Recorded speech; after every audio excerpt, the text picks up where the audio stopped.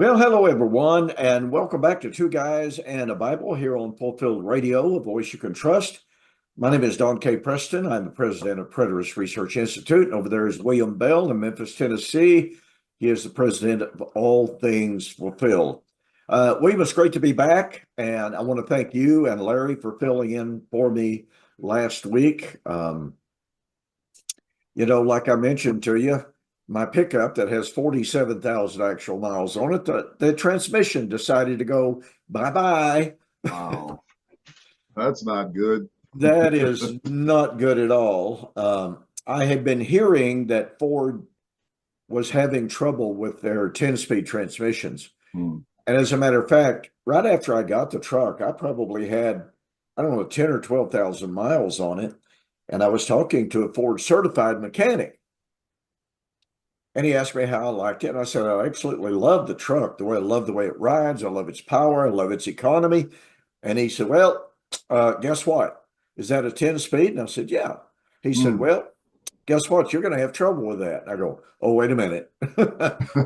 What are we talking about here? He said, well, look, Ford is having all sorts of trouble with that 10-speed transmission. There's a machining issue inside in what they call the main hub. And Mhm. he said, when it starts going bad with just very, very little wear, it destroys the clutches and your transmission is gone. Oh, no, no, no, no. And it's not something you can fix with different lubricants. It's just machining. Well, I've had it in the shop 3 different times because it would start hard downshifting, hard upshifting. Mhm. Well, they were able to recalibrate the computer, and it'll be okay for several months. Well, it started it again. Only this time it's really weird. It was worse. I go, yeah. And then, of course, by this time, I'm reading all of these stories on the internet about Ford truck and transmissions going out. And I go, yeah, here comes that train. Hmm. Well, a week and a half ago, I put one of my vehicles on a trailer to take it to a machinist or mechanic to work on it, and I've got it in tow mode. And when it upshifted from first to second, I literally thought the transmission was going to fall out of the truck. It sounded so bad. I Wow. go, uh-oh, here we come. So when I got going, okay, go up speed, come to downshift, and when it downshifted from third to second, same sound. Clank. Yeah, uh-oh. So when it did that on the downshift, I immediately got on the phone and called the dealership and I said, okay, here's what it's doing. And the service manager said, well, Mr. Preston, get it in as soon as you can. We set an appointment. And she goes, yeah, we're having tons of problems with that problem. She said, we're changing out transmissions, rebuilding transmissions like you would not believe. So here we are. So are they going to rebuild it, or They you're have going to get a new one? they have rebuilt it. I told them I did not like the idea. I wanted a new one. They talked to Ford, and Ford has come out with a remanufactured, remachined hub that corrects the problem of the originals. And at least that's the story she told me. And what they have done, they've given me an extended warranty from 50,000 miles all the way to 75,000 miles. So that's at least something. Mhm. And we'll see. But she swears up and down that the rebuilt kit has the corrected hub in it and that it will be basically a brand new transmission. Ugh. Well, let's hope so. I definitely hope that you get it up and running, that it's no problem, and that they take care of all the expenses to do it. I'm going to drive the fool out of it. I'm You're going to run your warranty out quick too. Well, I'll tell you what I'm going to do. I'm going to work that thing really, really hard. I'm going to put it to the test before that extended warranty ever runs out, and we'll see if it's going to stand up to what I'm going to put it through. Okay. So anyway, let me say again how much I appreciate you and Larry filling in for me last week. I had to take that truck to the dealership. It's out of state. It's all the way down in Texas. It's a good ways from me. Hold on, I just pulled my headset cord out of Ah, my speaker. okay. So anyway, folks, I know, and Larry had informed me what he and William talked about. It sounded like a really good subject, really good program. And so, it's absolutely great to have people, good people, reliable people, sound people uh, that are capable and willing to fill in when I'm not able to be here. Of course, William and I have been working together for how long, William? It's been a long time. It's been a long time. I don't know if I can even remember. Yeah, many years ago, many years, many moons, as they say. Yeah, absolutely right. Yeah, So but Larry and I had fun. oh yeah, I'm sure you did. Yeah. Yeah. So do you want to share with us again, refresher what you guys talked, or you want to get right back to the issue of the Messianic temple? Well, we can do a little bit of both. I'll just briefly talk about, we discussed somewhat on First Corinthians chapter 15 and talked about the um, verbs in that chapter and how they expressed the fact that this was something that was present and ongoing at the time that Paul wrote, that he wasn't dealing with, physical bodies, etc. We also revisited First Corinthians 15:49, talked about that verse a little bit, and the impact that has on the subject, and how several people either avoid it or are just unaware of what that verse does and the impact it has on the study of 1 Corinthians 15. So that was kind of the gist of what we discussed on last week. But like I said, it was a very enjoyable conversation. It was enlightening. Larry brought a lot of good points to the table, and so we just kind of tossed it back. We talked a little bit about how we met as well. Larry was still attending the School of Preaching when we did, and so we kind of shared that. And there are some people who like to hear those war stories, and so I got some feedback from some people saying, "Hey, I really enjoyed hearing how that all happened," and it was just kind of funny, that Larry and them came to the house. And the one thing I remembered when they left was Larry said they told me after they got they got back to school, and when we talked again, he said we were in the car on the way back saying, "Tell me this is not true. Tell me this is not true." Yeah, I can understand that. Yeah, and but yeah, that's pretty much the gist of what we covered. It's interesting, and Larry had given me an idea that maybe that's what you wanted to do when I contacted him. But it's interesting that you went into the verb tenses there in 1 Corinthians 15, because just this last week, I was in this engagement on Facebook with a guy who's been stalking me now for a good little while. And what have you, talking about the ontological reality of, all of this kind of stuff. Like, you've got to be able to see, I know that Jesus said the kingdom does not come with observation, but that's not really true, because you can see things. I mean, he calls Jesus a liar is basically what he does. Yeah.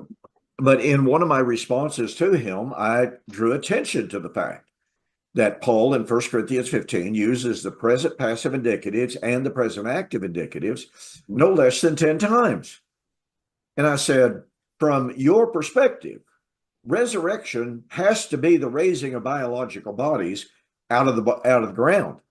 Paul said it was already taking place. So you explain to me, where were those bodies coming out of the grave? And he wrote a response that long with not one word said about the present passive indicatives.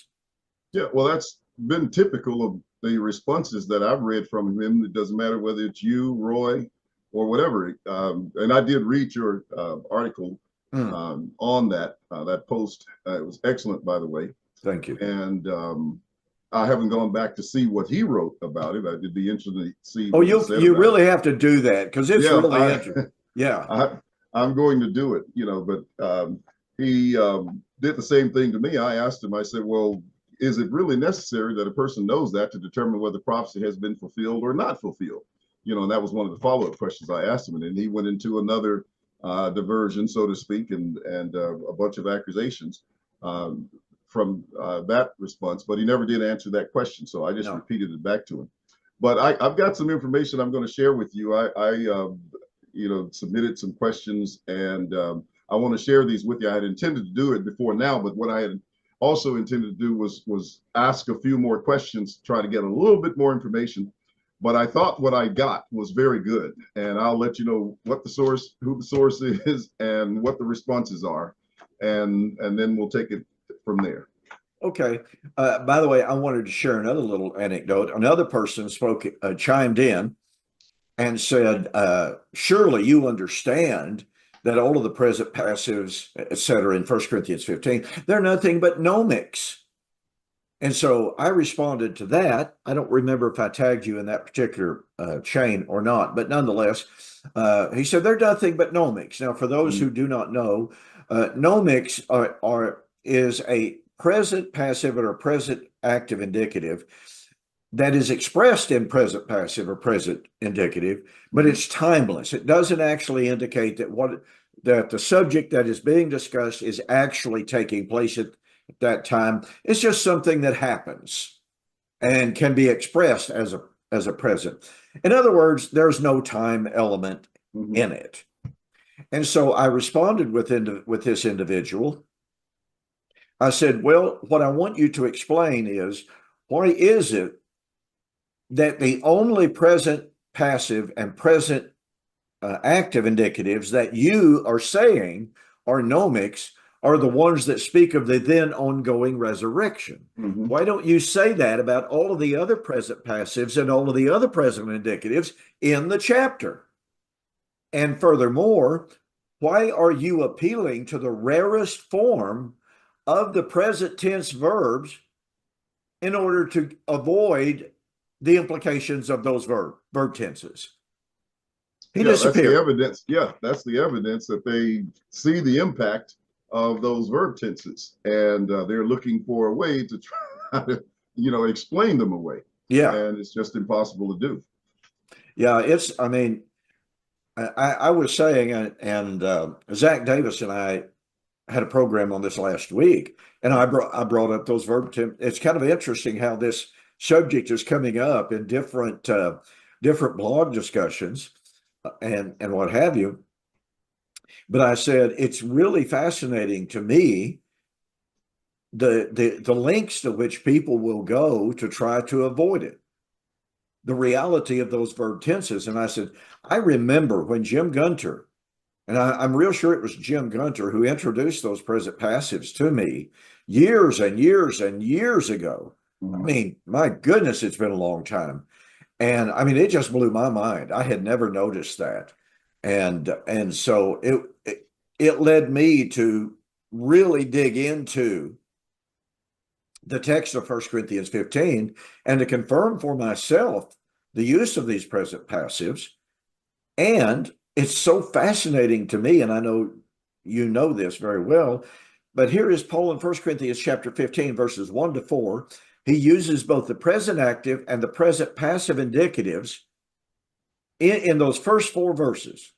Okay, which basically is setting the tone for the rest of the chapter. Nobody argues, oh, well, the present passives and the present indicatives in those verses, those are just nomics. They don't really carry any temporal significance to them.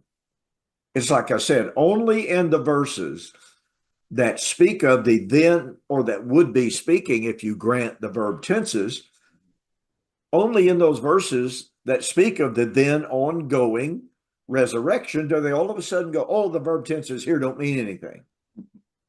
But make no mistake, folks, I'm sitting here looking at my New International Greek Testament commentaries and other works on the Greek just right here at hand's breadth or arm's length.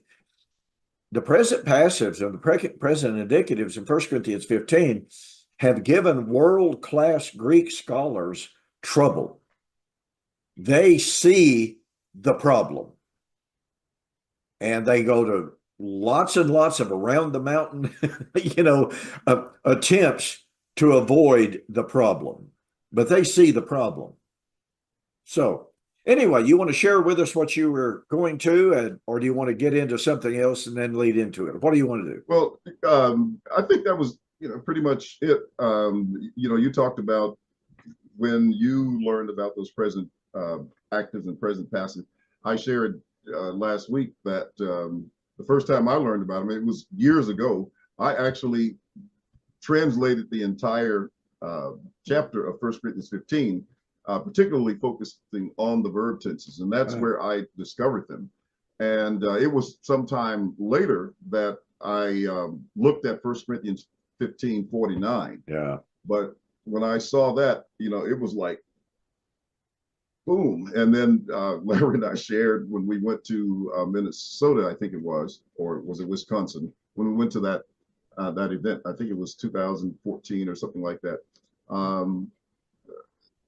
Because you didn't go for some reason that year, but I can't remember I don't know, Don. I think the older I get, the less I remember.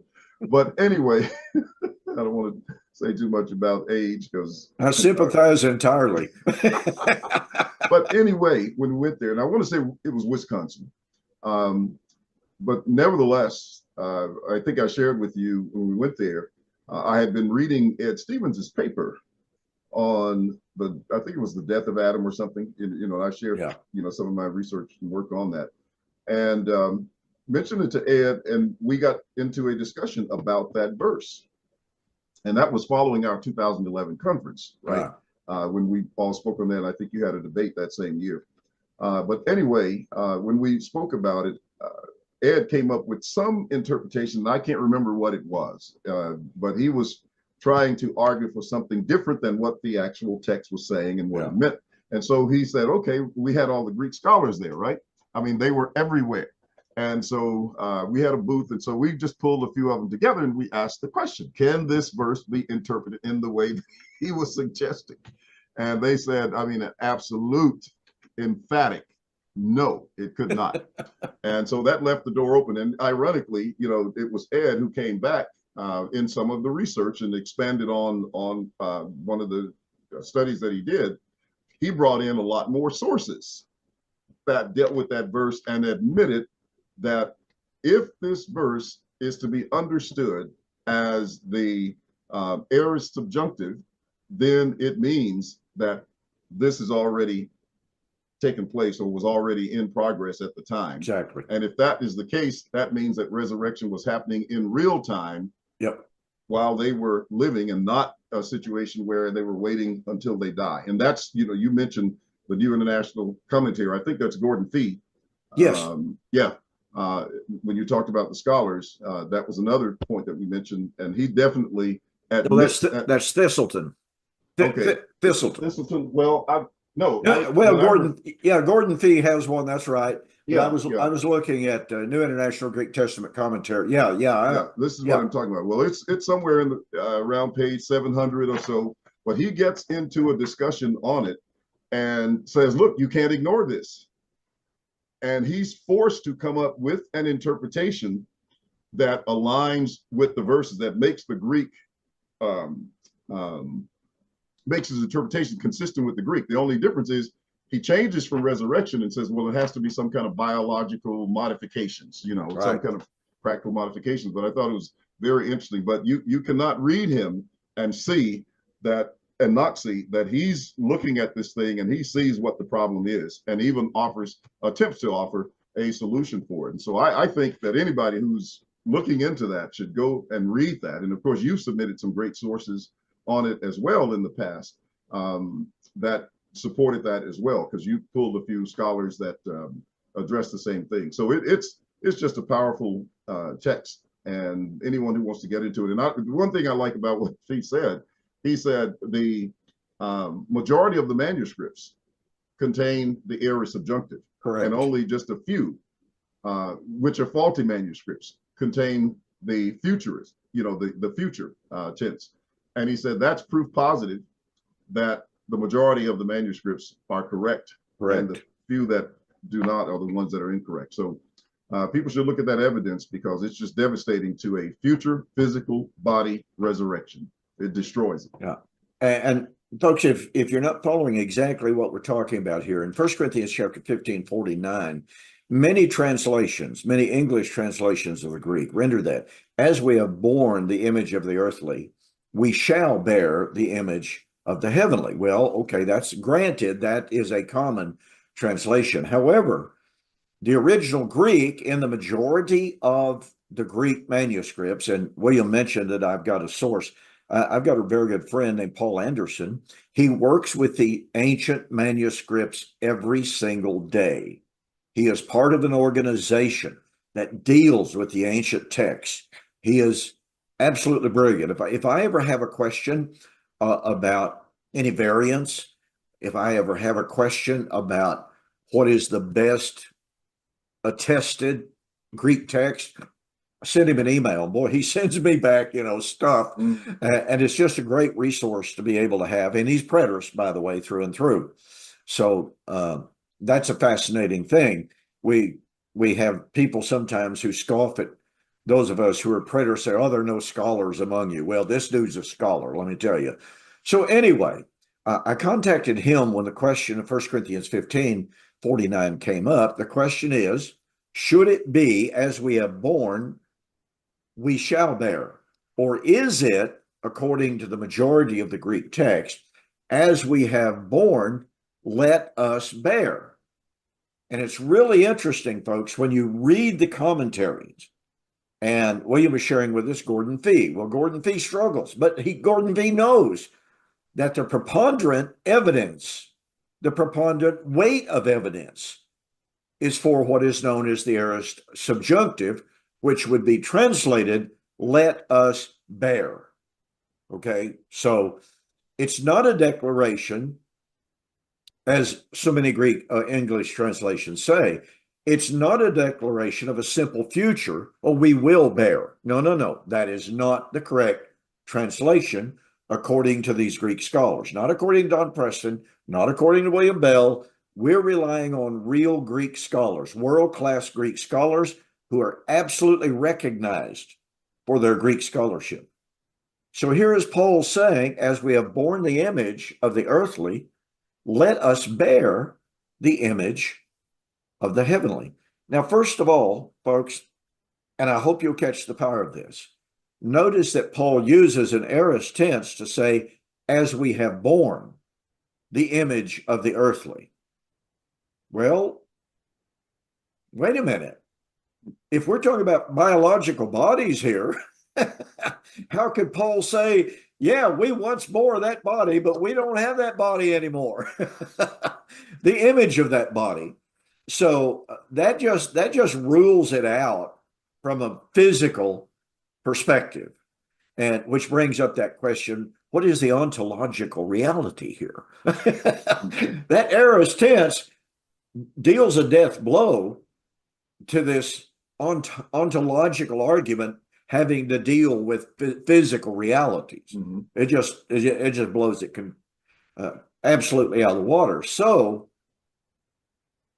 what did Paul mean?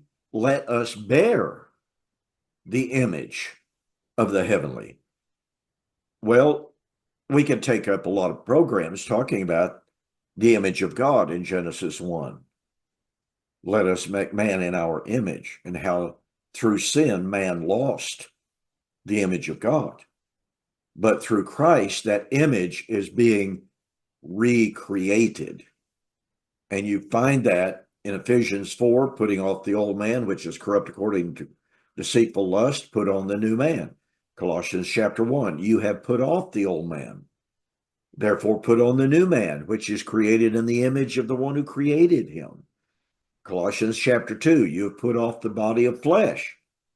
You've died. Now you're being raised in Christ. You were once dead. Now you're alive. That's putting off the old man of death, the body of death, Romans 6, 5, and following, and on and on and on.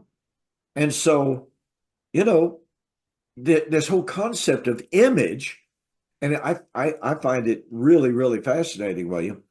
Uh, R.C.H. Linsky, in his commentary, says, well, the better attested Greek is the aorist subjunctive, but we can't allow that because that would mean that man has a role in determining his resurrection.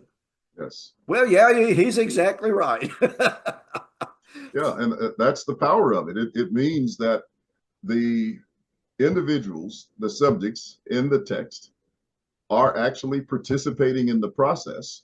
But because of the aorist, that indicates that they had already begun that process in the past. But the subjunctive indicates that there was a future to its consummation. And so, as much as people want to talk about, oh, these guys have a process resurrection, and it takes place over a period of 40 years, and it's present and ongoing, rather than some instantaneous, in a moment, twinkling of an eye, snap your fingers and you've gone from one physical body to a non-corporeal body. That's not the idea that's expressed in the text.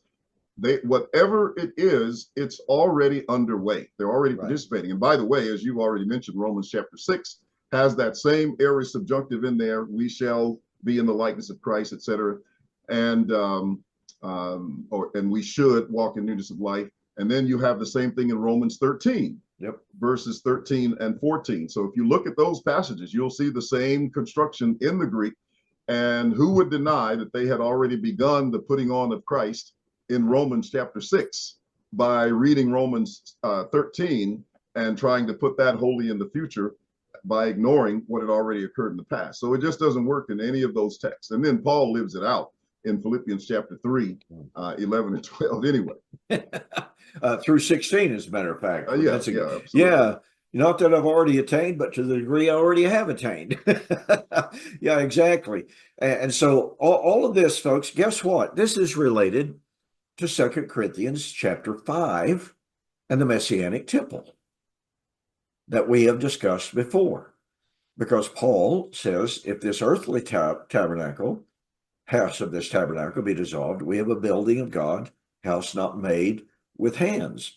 And then he talks about how we are groaning, not that we would be unclothed, but clothed. And Paul just goes through the whole discussion. And boy, I had a guy castigate me today. You are just absolutely, completely a false teacher, because 2 Corinthians chapter 5 is all about physical body. I haven't answered him. Speaking about that, going back to your person who's trolling you, I noticed in one of his responses, he talked about the inner man in 2 Corinthians 3 and verse 16.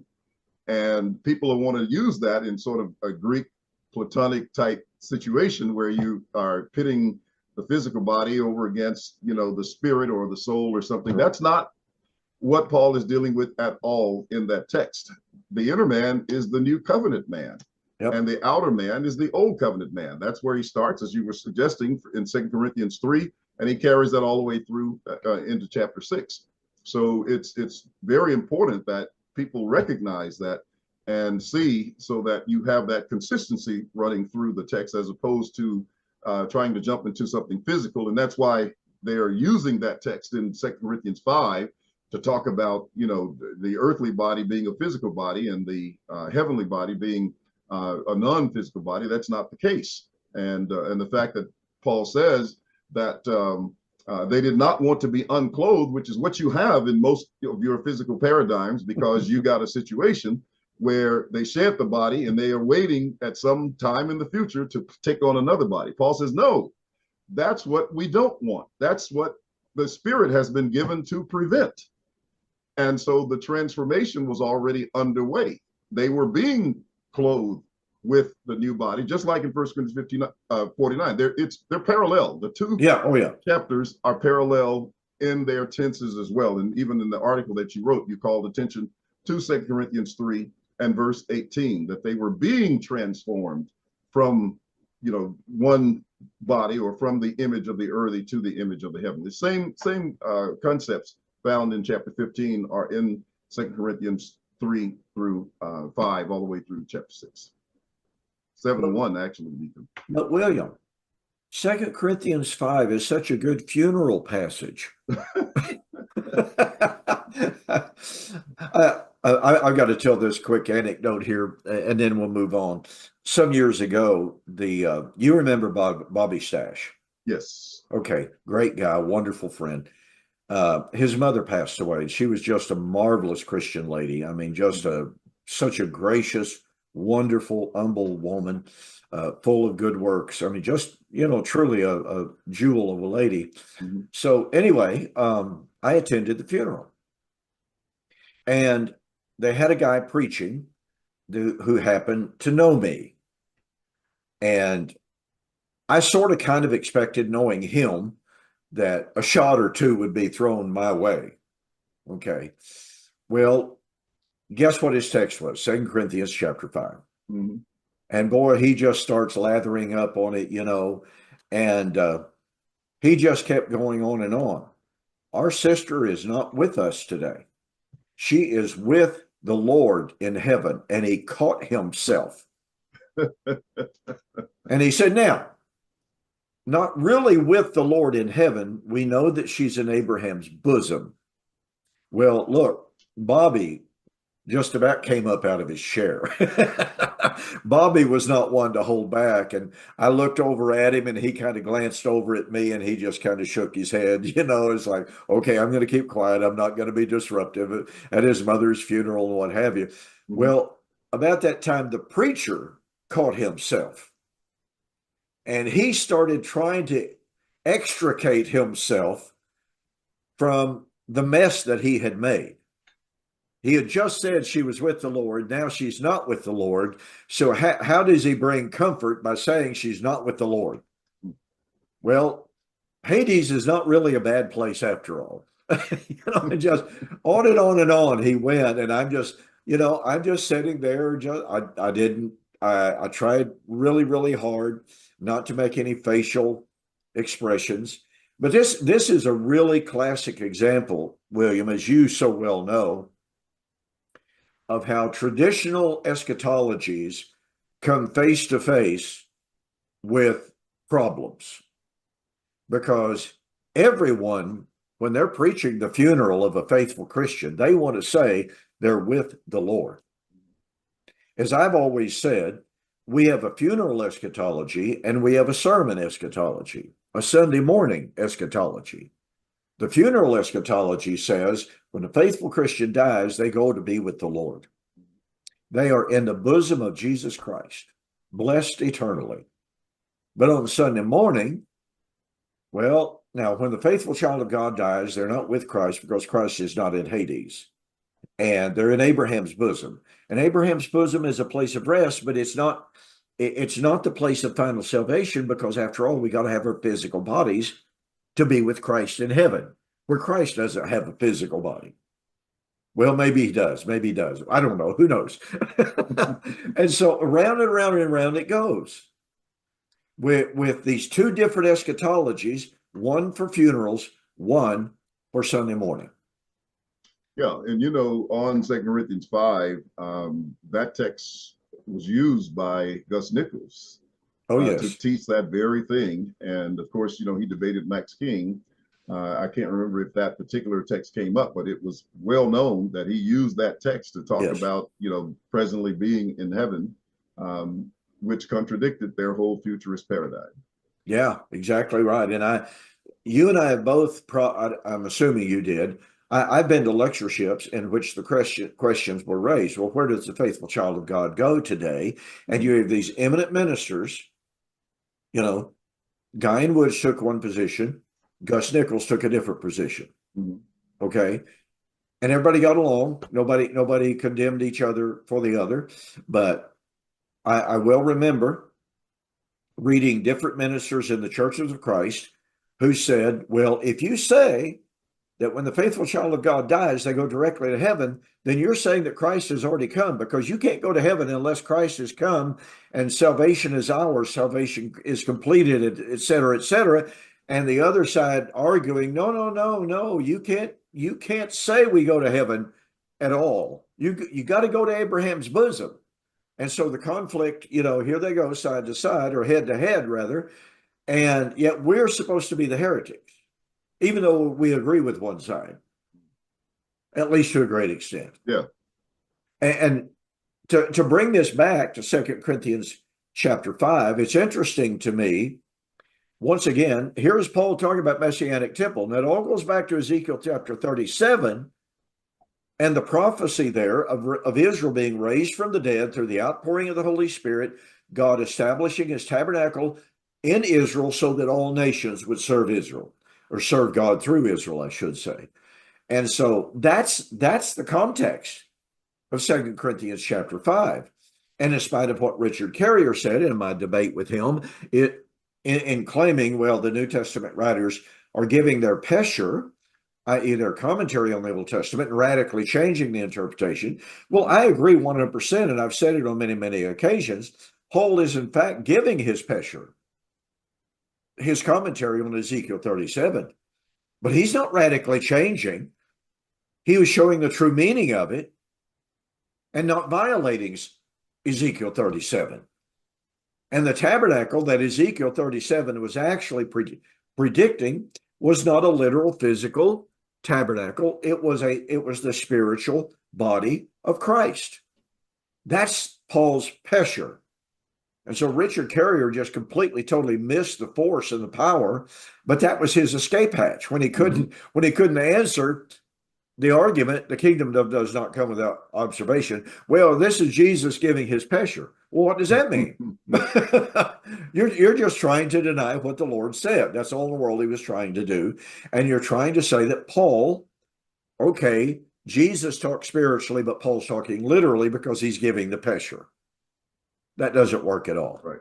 Does not work at all. So, as William was saying, and as I am saying here in 2 Corinthians chapter 5, this is all Messianic temple. This is Paul talking about the old covenant temple, the outward man perishing, the inner man, that spiritual temple of Christ being renewed. It was under construction. Paul makes it abundantly clear in Ephesians 2:19 and following. You therefore, speaking to Gentiles, are no longer strangers and foreigners, but fellow citizens with the saints and of the household of God. You're being built up a habitation of God through the Spirit. There's that present active construction of the Messianic temple. And so many people miss this. And by the way, I want to inject this that you were talking about. You referred to it a few moments ago about that ongoing process. It's really, really fascinating to me, William, of how scholars so often recognize how all of this relates to the second Exodus. The construction of the tabernacle took place when? During the Exodus. So when Paul, in Ephesians and Colossians, when Paul uses second Exodus language and throws in the discussion of the tabernacle, or the temple, if you please, this all goes together. And I've been reading this book. This is one of those books I read a snatch here and a snatch there, But I've been rereading this book, Jesus and Israel's Traditions of Judgment and Restoration. And this is by Stephen Bryant. Excellent little book. Excellent little book. I think I recommended this to you some years ago, actually. I've had it for several years. And like I said, I'll pick it up and I will read 5 or 6 pages. And then I'll pick up 4 other books. Yeah. Yeah. Guilty. Yeah, I know. You do exactly like I do. But I want to read for you and for our audience this concept of how scholarship recognizes this concept, Messianic temple, kingdom, second Exodus. And it's related to the millennium. Because when does the kingdom come? Or to rephrase it, when does the new creation come? Oh, at the end of the millennium. Mm. Okay. So on page 28, Brian says, speaking of the Qumran community and Josephus, I'm not going to read all of Josephus and what he said, but commenting on the Qumran community, he says, as in Scripture itself, a typological pattern of expectation based on the Exodus served as a primary, catch that, folks, as a primary ideological motivation for the Qumran community. In other words, he's saying, guess what? The Qumran community understood that the first Exodus was typological, not only in its event, but its duration. Okay. Consciously, to continue the quote, consciously drawing on Isaiah 40, they perceived their flight into the wilderness as preparing the way for eschatological deliverance. And he gives the Dead Sea Scroll reference. The proximate causes for withdrawal into the desert are obscure, but the hope of the sectarians for a reenactment of divine deliverance in the wilderness is clear. But if the withdrawal into the wilderness, that is by the Qumran community, is a self-conscious reenactment of a new exodus, then a new conquest lies on the horizon of their immediate future. Their present experience in the wilderness is thus conceived of as a time of affliction prior to their inheritance of the land and their possession of it by means of the final eschatological war. This sounds like Revelation. Definitely. I mean, at the end of the millennium, you have Satan being loose, going out to call the nations of the earth to the war. Destruction comes from the Almighty by fire coming down from heaven. And what's the result of it? Judgment, kingdom, resurrection, new creation. New temple. New temple. New temple. Folks, and of course, I'm writing a book right now on the millennium, have been writing a book on for a good while on it. What we see in Jesus and the New Testament writers is an awareness of, of the eschatological narrative of the Jews around them. And I've pointed this out many, many times. Jesus agreed with the chronological narrative of the Jews.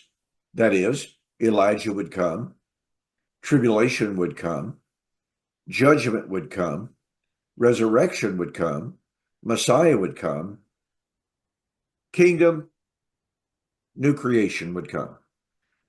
Jesus disagreed with them as to the nature of those things. They expected a literal physical reincarnation of Elijah. That's not what Jesus taught. They expected that literal physical kingdom, literal physical resurrection, on and on. Mm-hmm.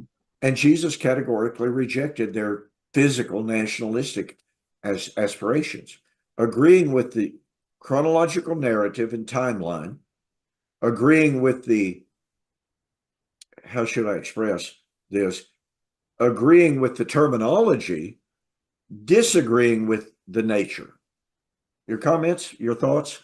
Well, I mean, that's exactly and precisely it. You've done in the past, excellent work on John 6, that when they offered Jesus the physical kingdom, as a result of his performing the miracles, etc., that's when he withdrew from them. So he rejected them, or they rejected him after he had rejected them in the nature of the kingdom. And so all through, even John 18, when he's before Pilate, are you a king? And he says, yes, I am, but my kingdom is not of this world, etc. If it were, then my servants would fight, etc. So from that perspective, you just don't have any support for the physical nature of the coming of the kingdom, the physical nature of the tabernacle, and really of the coming period. It just isn't there because, as I always say, the kingdom does not come with observation. Christ comes in his kingdom. Therefore, Christ does not come with observation from the standpoint of, physically and visibly seeing it. So That's just a very powerful concept and point, yet it's one that is rejected by so many because, we're still dealing with these physical concepts. Yeah, and I brought this up at least 3 times in my debate with Richard Carrier about the coming of the kingdom without Mhm. observation. Mhm. The parousia and the kingdom are synchronous events, therefore the Right. parousia would not be physical. I brought it up over and over again, in which Jesus rejected their physical offer of the nationalistic kingdom, Mhm. thus rejecting their concept of the kingdom. I brought up at least a couple of different times, my kingdom is not of this world, as you quoted from John chapter 18:36, or else my servants would fight. Richard Carey had no answer for any of that except simply to say, go to 1 Corinthians 15, 1 Thessalonians 4, 2 Corinthians 5. Well, Paul's very definitely anticipating physical realities. Well, then Paul was expecting something different from Jesus. And when I would bring up Colossians chapter 1, I brought it up at least twice that I remember. Paul said that the Colossians had been translated out of the kingdom of darkness into the kingdom of God's dear Son. If we are talking about ontological, biological, physical realities, that passage does not work. And this guy on Facebook that's been stalking me says you're completely misunderstanding it. Well, no, I'm not. You're the one imposing a physical, nationalistic, ontological reality on the nature of the kingdom, the nature of the resurrection. And nobody understands, not even he would understand, that the darkness out of which they had been translated was literal, physical, observable, ontological darkness. It was spiritual darkness. Right. A text like Colossians 1, he's translated us out of the power of darkness into the kingdom of his dear Son, or the Son of his love. So there is coming out of darkness right there in broad daylight, if you please, from that perspective. And it has nothing to do with physical darkness, nor physical light from that perspective. And so these are the concepts that people are struggling with. And those are the concepts that these arguments are based on, where, these questions are coming up. What did they feel? What did they think? What did they see, et cetera? And what happened inside their heads? All based on arguing that all of this is of a physical nature. And so it's really an attempt to deny the fulfillment of these things. And if you can deny the fulfillment, then you got an argument for, oh, well, then God doesn't exist because he lied. Yeah. That's the end result of that. Or conversely, for the futurist, if it didn't happen physically in Jesus's day as he predicted, then it must still be future. Yes. I was reading today, I got on the internet and did a search on the second Exodus. And I read this one article and it was entitled, Why the Second Exodus is Still Future to Us. Mm. And I was like, oh, okay, I got to read this. I mean, and this is a professor in a seminary teaching MDiv students about the second Exodus and why it's still future to us. And I just sat there shaking my head, literally in amazement.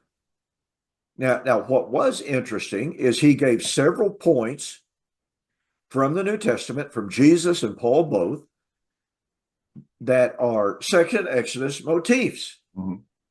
He ignores the fact that they were taking place in the first century and is putting them in our future. This is this is gross anachronism. I mean, that's really all in the world that you can call it. How can you argue that here is Jesus, Luke chapter 9, I believe it's verse 54, when Jesus began to speak to his own apostles about his, some translations simply render it as his departure, but the Greek is Exodus. Verse 31. Oh, okay, verse 31. Okay. But the point of it is, here's Jesus teaching his apostles, he's the second Moses. That's what he's telling them about. and that the second Exodus is taking place. I mean, after all, I am the bread of life that has come down from the Father. I am the water of life. Mhm. As Moses gave you manna, as Moses gave you water. All Lifted of up the those are serpent in the wilderness, all of those ideas. all of those. In fact, there's a book out written by a minister from Oklahoma City. It is Moses in Christ, I believe, is the name of it, in the book of John. One of those really, really, really excellent books that when you read it, as you're reading it, you're going, this dude has to be a preterist. Mm. He cannot be a futurist.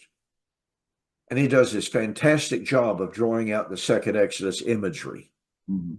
all throughout the Gospel of John. And then every once in a while, literally out of the clear blue sky, he'll interject, well, when the Lord comes and takes us to heaven, and you're going, my goodness gracious, where did you get that from the discussion that you're offering us? Right. And it literally is amazing. Now, we could go on and on about that. All of this is related to the Messianic temple and the nature of that temple. But I want to shift gears a little bit in the very few minutes that we've got remaining here, William. And I want to go to Hebrews chapter 7. And I want to focus in, and we'll just introduce this tonight, I'm sure. Maybe we'll cover more territory than I envision. But in Hebrews chapter 7, I'm going to begin reading with verse 20. Inasmuch as he was not made priest without an oath, for they had become priest without an oath, but he with an oath. But him who said to him, the Lord has sworn, will not relent. You are a priest forever, according to the order of Melchizedek. Now, here's what I want to get at, William, and I want your comments on it. You and I have discussed this in time past. By so much more, that is, by so much more power of the oath to make Christ the high priest, as I understand it, by so much more, Jesus has become a surety of a better covenant. William, you and I were raised hearing, it's still taught, it's what most people say. Well, the new covenant was confirmed by the death of Jesus, Galatians chapter 3:15 and 16. It was complete and total. We're not, they were not waiting for the new covenant. It was already there. It was already signed, sealed, and delivered. Yet here is the writer of Hebrews saying that Christ has become the surety. Now, the Greek word is egus. We would spell it eggous, egus, which means guarantee. Well, if you've got something already, what do you need a guarantee for? Your thoughts on this? What does this say about the new covenant and whether or not it was completed already? Yeah, well, I mean, if you read Hebrews chapter 7, particularly, and pay attention to the verbs in the text as well, you will see that he's not saying that this has been completed. And when he uses the term here and saying that Christ became the surety of a better covenant, then, as you say, that indicates that he's a guarantee of something that is going to be delivered at some time in the future. I remember a lesson Jack Scott did some years ago when we were doing the Max King lectures, and he taught on this subject, and he says that he was a Bell's bondsman. That's the idea of the use of this term. And so it's not saying that the new covenant is already there. And of course, all you have to do is keep going and get down to verse 13 of chapter 8. Yeah. A new covenant, he's made the first old or obsolete. Now that which is becoming, again, paying attention to the verbs, is becoming obsolete, is now ready or at hand to vanish away. So that means that it has not already, and the new covenant is not yet completed, but it's in the process of being completed. And for that reason, Christ became the surety that it would happen. So he was that guarantee. that God would deliver that new covenant, and the essence of that new covenant would be to remember their sins no more. And that takes you back to that covenantal statement in Romans 11. This is my covenant with them when I will take away their sins. So that is how I would understand that in terms of this guarantee of something that would take place in the future.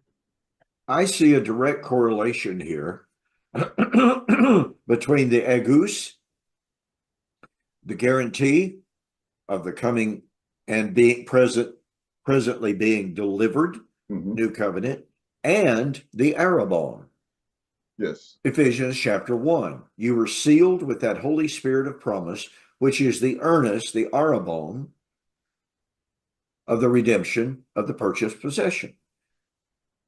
I asked someone just recently because they were just insisting that the salvation was already completed. It was a consummated reality. Forgiveness was a consummated reality, et cetera, et cetera. And it's false teaching to say that salvation wouldn't come until the parousia, in spite of Hebrews 9:28.